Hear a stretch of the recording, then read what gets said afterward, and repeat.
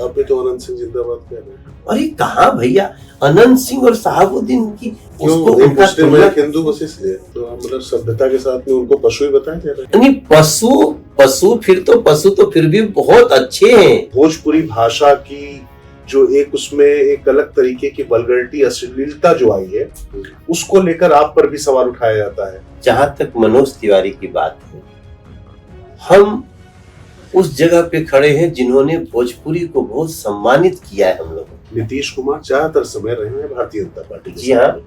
2 दशक में क्या जंगल राज की आड़ में भारतीय जनता पार्टी बेरोजगारी, पलायन और जो दूसरे मुद्दे हैं उनको पीछे नहीं धकेल रही है। नीतीश कुमार को सैल्यूट करना पड़ेगा। देश के किसी कोने में खड़खड़ाई तो लोग कहते बिहार आ गिल का भाई, ऐसा होता था कि कांच ही बांस के बहंगिया बहंगी लचकती जाए। नमस्कार, मैं हूं राजकिशोर। अमर उजाला के इस विशेष कार्यक्रम में बहुत बहुत स्वागत है। महादेव शिव शंकर जब नृत्य करते हैं और जब उनका डमरू बजता है तो उससे शब्दों की रचना होती है, संसार रचा जाता है। तो गायन, वादन, नर्तन ये भारतीय संस्कृति के वो अभिन्न अंग हैं कि जिनके बगैर भारत की सृष्टि की, बल्कि यूं कहें कि पूरी दुनिया में जीवन की कल्पना नहीं की जा सकती है। लेकिन उसके बाद भी क्या कारण है कि मां सरस्वती के उपासकों की धरती पर जब चुनाव आता है तो इस कला को नचनिया, गवैया जैसे हे दृष्टि से देखे जाने वाले शब्दों से नवाजा जाने लगता है। चुनाव बिहार का है। बिहार में जिस तरीके की गायन की संस्कृति, भारतीय संस्कृति रही है, वहां पर ये सब शब्द सुनने में आ रहे हैं।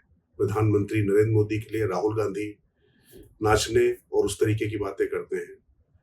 हमारे साथ आज एक ऐसी शख्सियत है जिनको अक्सर पूरे देश में भारतीय जनता पार्टी के सिर्फ भोजपुरी स्टार के रूप में नहीं, कोई ऐसा प्रदेश नहीं, देश का कोई ऐसा हिस्सा नहीं जहां पर वो स्टार प्रचारक के तौर पर न जाते हो। क्योंकि मैंने अक्सर कहता हूं कि जब शब्द निकलते हैं उनके गले से तो वो एक आकार लेते हैं, एक स्वरूप लेते हैं, अपने आप में एक साज बन जाते हैं।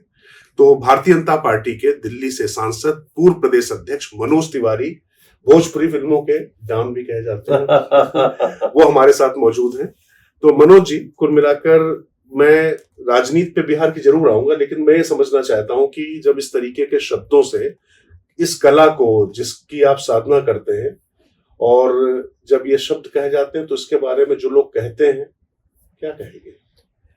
देखिए भैया, हम क्या कहें, हमारा जो वेद, उपनिषद, पुराण जो ऋचाएं हैं भारत की संस्कृति की, वो कहती हैं इस विषय में, और वो कहती हैं कि साहित्य संगीत कला विहीन पुक्ष विषाणहीन पशु। साहित्य, संगीत, कला, कला बोलते हैं नृत्य, गीत, वादन। साहित्य, संगीत, कला विहीन, साक्षात इतना हार्ड बोला गया है, पुक्ष विषाणहीन, न पूंछ है न सींग है, ऐसा पशु उसके समान है जो व्यक्ति साहित्य, संगीत, कला के लोगों को अपमानित करने का काम करता है। वो नहीं जानता है उसके बारे में, उसको दूर दूर तक इसका आभास भी नहीं है कि वो कितना बड़ा अपने को परिभाषा दे रहा है। तो अब मैं इससे ज्यादा राहुल गांधी जी को क्या बोलूं? हमारे जो शास्त्र लिखे हैं उसके अनुसार तो ऐसा करने वाला बिना पूंछ या बिना सींग के पशु के समान बाटे। तो मतलब सभ्यता के साथ में उनको पशु ही बताया जा रहा है। नहीं, पशु तो फिर भी बहुत अच्छे हैं। पशु जिनका न पूंछ है न सींग है, आप इसको जब जो हमारे शास्त्रों में लिखा है कि मतलब बिना पूंछ और सींग का पशु, ऐसा साहित्य, संगीत, कला का अपमान करने वालों के लिए कहा गया है। तो समय समय पे राहुल गांधी अपना परिभाषा खुद ही दे रहे हैं। अभी छठ को उन्होंने ड्रामा कह दिया। तो उसी पर मैं आने वाला था, लेकिन छठ पे मैं बार बार ये कह रहा हूँ कि भारतीय जनता पार्टी के तमाम बड़े नेताओं ने, प्रधानमंत्री नरेंद्र मोदी जी ने भी, गृह मंत्री अमित शाह जी ने भी, आप सब लोग कह रहे हैं कि उन्होंने छठ माई का अपमान कर दिया। लेकिन वो तो ये कह रहे थे कि नरेंद्र मोदी जी के लिए अलग घाट बनाया गया था, वहां बिस्लरी से पानी डाला गया था। छठ माई के अपमान की तो बात नहीं थी वहां पर, ऐसा कहा जा रहा है कांग्रेस की तरफ से। तो वो कह रहे थे, लेकिन उस घाट पे भी हजारों छठ व्रतियों ने, सामान्य सामान्य लोग जो आया, पहले घाट बना लिया, वहां पे अर्घ दिया। तो आपका जो मूल भाव है ना कि आप छठ को ड्रामा घोषित करना चाहते हैं, आपका इंडिया अलायंस सनातन को नष्ट करने का शपथ ले चुका है, तो ठीक है,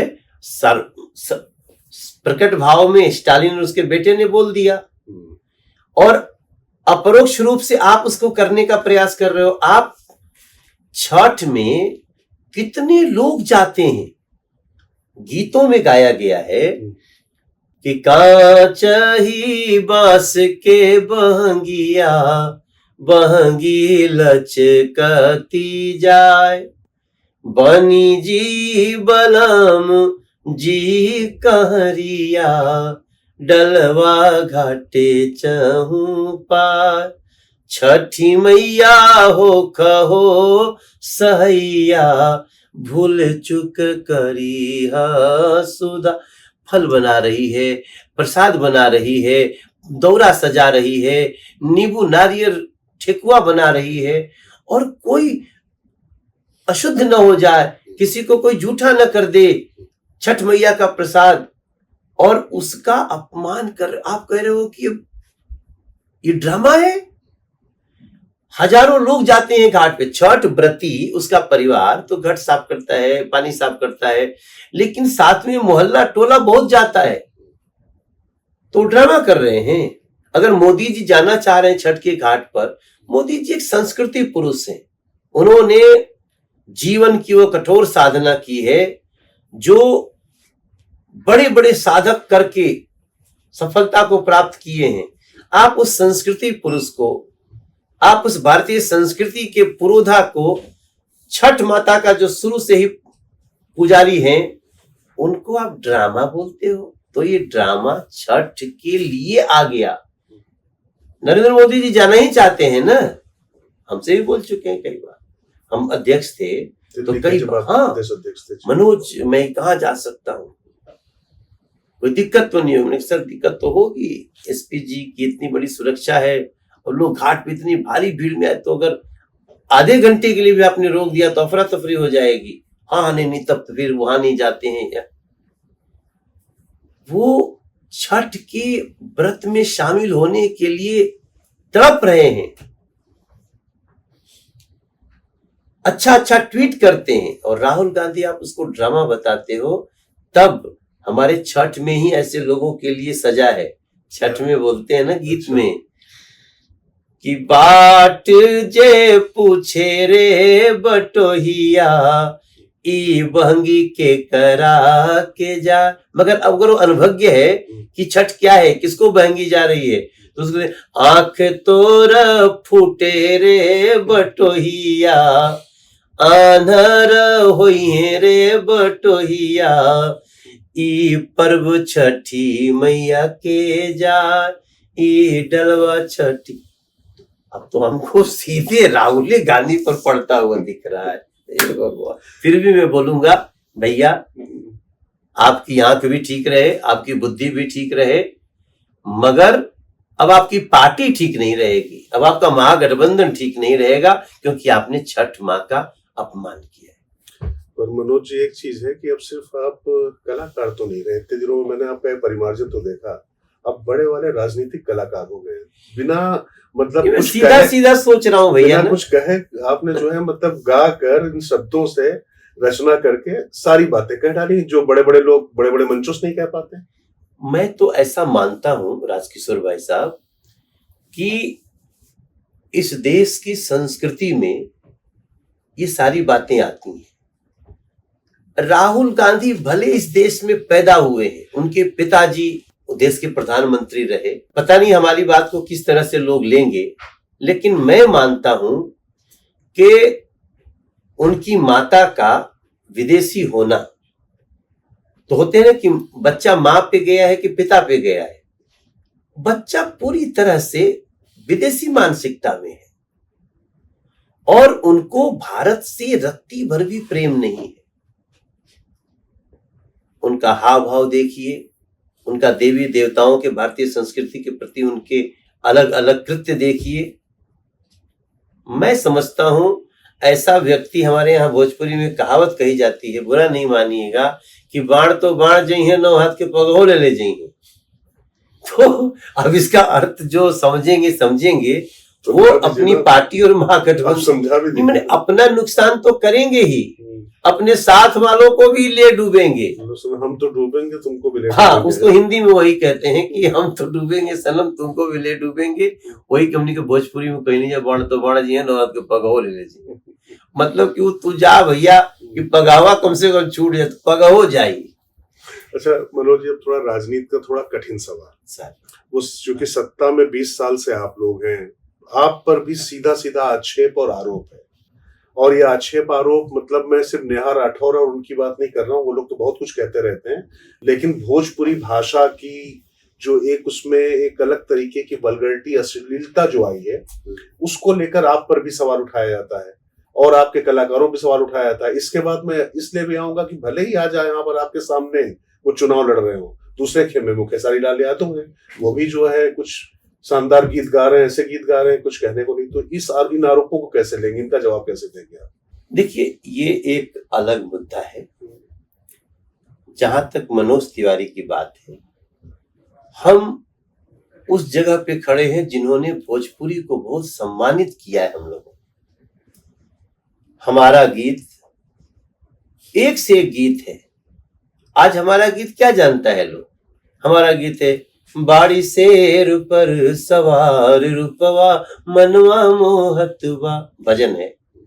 जब हमने लोकगीत गाया तो भ्रूण हत्या का गीत गाया हमने कि अगिया दहेज के कैसन तेज हो गई, बेटी जन्मावल परहेज हो, मैंने भ्रूण। मैंने गाना गाया लाल बत्ती के खिलाफ, नियम का बघार ताड़, रास्ता छोड़ मंत्री जी के गाड़ी आवता, सड़क खाली कर राजा के सब। मोदी जी ने सब उतरवा दिया, लाल बत्ती गई।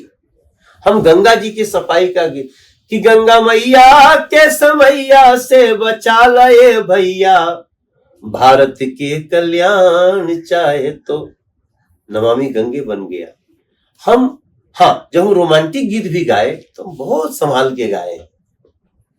हमारा गाना ए राजा जी ये करे तरल हा जरूरत, पूरी दुनिया में गाना बजाए।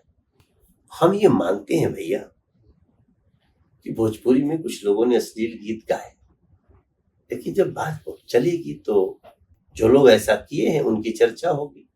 लेकिन आज एनडीए बिहार के प्राइड को बढ़ाई है। 2005 के पहले बिहार का नाम लेना भी नहीं चाहता था लोग, बिहार का लोग। आप कहीं देखेंगे कुमार अभिषेक, फलाना रमन, ये कुमार, टाइटल कहाँ गई? टाइटल लोग छुपाने लगे कि लोगों को पता न चले कि ये किस जाति का है, वरना मार दिया जाएगा, काट दिया जाएगा किसी विशेष जाति का होने के नाते। ये र्यूमर है या सच्चाई है? ये सच्चाई है। हम लोग उस युग के, हम लोग भी तो जैसे सफल हुए, अपहरण होने का डर था। हम लोग ये सारी चीजें हम लोगों ने बड़ी करवी भैया। वो समय जो है ना, जिसके ऊपर हाथ रख दिया बदमाशों ने, वो बहू बेटी को उठा लेते थे लोग। बड़ी बड़ी कहानियां हैं, बड़ी बड़ी ब्यूरोक्रेट्स की पत्नियों के साथ जो ज्यादतियां हुई हैं, उस जंगल राज को अभी भी लोग भूल नहीं सकता और ना हम भूलने देंगे किसी को, क्योंकि वो ऐसी एक बात है जो कभी भी, जैसे ही तेजस्वी बाबू कहते हैं शहाबुद्दीन जिंदाबाद, वो फिर से जिन्न खड़ा हो जाता है जंगल राज। आप भी तो अनंत सिंह जिंदाबाद कह रहे हैं। अरे कहाँ भैया, अनंत सिंह और शहाबुद्दीन की उसको उनका हिंदू बस इसलिए नहीं, और ही राम भैया, वो बात नहीं। वो बात की जिनको कोर्ट ने सजा दिया, जिनकी चीजों को सारे कानून साक्ष्य के साथ जो आए, और बाकी लोगों की तुलना उनसे, वो उस लेवल की जो दुर्दांत अपराधी लोग थे, दहशत, उसका तुलना और किसी से करना, उनको बाईपास देने की जरूरत है, देने की एग्जाम्पल कही जाएगी। ठीक मनोज जी, ये तो चलिए ठीक है, माना 2 दशक पहले इसकी बहुत लोग याद दिलाते हैं, चर्चा भी रहा, लालू प्रसाद यादव को बिहार की जनता ने नकारा भी यहाँ पर बनाया था, लेकिन 2 दशक से नीतीश कुमार ज्यादातर समय रहे हैं भारतीय जनता पार्टी के साथ। लेकिन 2 दशक में क्या जंगल राज की आड़ में भारतीय जनता पार्टी बेरोजगारी, पलायन और जो दूसरे मुद्दे हैं उनको पीछे नहीं धकेल रही है? नहीं भैया, क्योंकि जेनजी और युवा है, उनको रोजगार चाहिए, और जो तेजस्वी कह रहे हैं उसको लोग सुन रहे हैं। तो नहीं, तेजस्वी बाबू को तो नहीं लोग सुन रहे हैं एनडीए को, सुन रहे हैं नीतीश कुमार जी को। नीतीश कुमार को सैल्यूट करना पड़ेगा। जो नीतीश कुमार और भारतीय जनता पार्टी और जदयू के गठबंधन से जो हुआ, सड़क देश के किसी कोने में खड़खड़ाई तो लोग कहते बिहार आ गिल का भाई, ऐसा होता था। आज सड़कों की क्वालिटी 2005 में बनने के बाद लगा होगा 3-4 साल, लेकिन 3-4 साल बाद बिहार की सड़कों में बदलाव हुआ। फिर बिहार में हम लोग फाउंडेशन बनाए, हम उसके ब्रांड एम्बेसडर रहे हैं। बिहार फाउंडेशन, हम बंगलोर जाना है, चेन्नई जाना है, कम बैक टू बिहार, और लोग आए, उनको 1 विंडो से सुविधा दी गई। जो लोग डराते थे, धमकाते थे, उन ताकतों को न्यूट्रलाइज किया गया, उनको शांत करने की कोशिश की गई, और फिर धीरे धीरे आज हमारा एक कैमूर जिला है जहां कम से कम 32 से ज्यादा फैक्ट्री लगी हुई है। अब मैनिफेस्टो में हमने दिया कि फैक्ट्री को हम हर अलग अलग जिले में लगाएंगे, हर जिले में एक फैक्ट्री होगी, हर जिले में एक मेगा स्किल सेंटर होगा। 1 करोड़ लोगों को रोजगार और नौकरी दोनों मिला के 1 करोड़ लोगों को हम लोग ये कार्य मुहैया कराने वाले हैं। ये सब कुछ कैसे होगा? 125 यूनिट बिजली कैसे फ्री हो गई? ये इतने बड़े बड़े पुल कैसे बन गए? आरा से छपरा जाने में 8 घंटा लगता था, आज 8 मिनट लगेगा। आज बख्तियारपुर का पुल देखिए, सिमरिया का पुल देखिए, दीघा का पुल देखिए भैया, कोइलवर का पुल देखिए, गया से पटना की दूरी बनी हुई हाईवे देखिए। ये कैसे हो गया सर?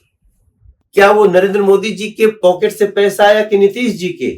इसी बिहार का पैसा था जो किसी न किसी के पॉकेट में जाता था। आज वो जनता की भलाई के लिए लग रहा है। महिलाओं को सीएम जीविका 10,000 रुपया मिल रही है, 75 लाख महिलाओं को स्वरोजगार मिल रहा है। हम मनोज तिवारी, आज पर कैपिटा इनकम लोगों की 2005 के बाद डबल से ज्यादा हो चुकी है भैया। कहाँ 500 मेडिकल की सीट होती थी, 3,000 लड़के मेडिकल की सीट बन गई है बिहार की। एम्स बन रहा है, IIM बन रहा है, एयरपोर्ट बन रहा है। आप भी तो एयरपोर्ट पे आए होंगे ना, आपको लगा होगा भैया कि बिहार, और अभी इतना करने के बाद भी हमारे एनडीए का भाव है कि अभी तो हम लाए हैं तूफान से कश्ती निकाल के। अब इस बिहार को एक नया उड़ान देना, मेरे बिहार वालों संभाल के, हम इस लाइन पे चल रहे हैं। महागठबंधन कह रहा है कि इस उड़ान के चक्कर में नीतीश जी को फ्लाइट से धकेल तो नहीं देंगे बीजेपी? ना वही बनेंगे सीएम। अब चूंकि वही बनेंगे सीएम, बनेंगे, वही उन्हीं के नेतृत्व में लड़ रहे हैं, वही है हमारे चेहरे। चलिए आखिरी में बस मैं चाहूंगा कि बिहार की बात है, मनोज तिवारी साहब ने तो जो हम प्राइड की बात करेंगे, गर्व की, हम गर्व की बात। देखो भैया राजकिशोर भाई, आप तो बहुत विद्वान पत्रकार हैं, आपने बहुत सारी दुनिया, भारत की राजनीतिक दुनिया देखी है। आज बिहार और बिहार के लोग जहां जा रहे हैं गर्व से कर रहे हैं कि हाँ हम बिहारी हैं जी, माटी को सोना करने वाली कलाकारी हैं जी, हाँ हम बिहारी हैं जी, थोड़े संस्कारी हैं जी, अकेले चाणक्य जैसे 100 पे भारी हैं जी, हाँ हम बिहारी। हम तो यहाँ गा रहे हैं ना, पक्का जो इस समय ये वीडियो देख रहे होंगे वो साथ में गाएंगे हमारे। 1,000, 2,000, 20,000 लोग गा रहे हैं हमारे साथ। ये प्राइड कौन लाया? सबसे ज्यादा IAS PCS विद्यापति की रचना है हम, रेणु की कहानी दे दी, दिनकर की कविता। इसका गर्व क्यों नहीं होना चाहिए? महागठबंधन एक बार नहीं बात करता है। गुरु गोविंद सिंह का साहस, नालंदा की क्यारी है जी, हाँ हम बिहारी हैं जी। चलिए, मुझे लगता है कि अब इस नोट के बाद न मेरे कुछ बोलने को बचता है, और मनोज जी तो लगातार बोलते चले आ रहे हैं, बोलते रहेंगे, क्योंकि लोग उनको सुनना चाहते हैं। तो बतौर कलाकार और बतौर राजनेता दोनों क्षेत्रों में जिस तरीके से आपने अपना झंडा गाड़ा है, हर मोदी के सिपाही हैं हम, मनोज तिवारी हैं जी, हाँ। बहुत अच्छे, बहुत बहुत धन्यवाद Manoj sir, thank you so much. अगर आप ये वीडियो YouTube पर देख रहे हैं तो हमारे चैनल को सब्सक्राइब कर बेल आइकन दबाएं, और Facebook पर देख रहे हैं तो हमारे पेज को लाइक करें।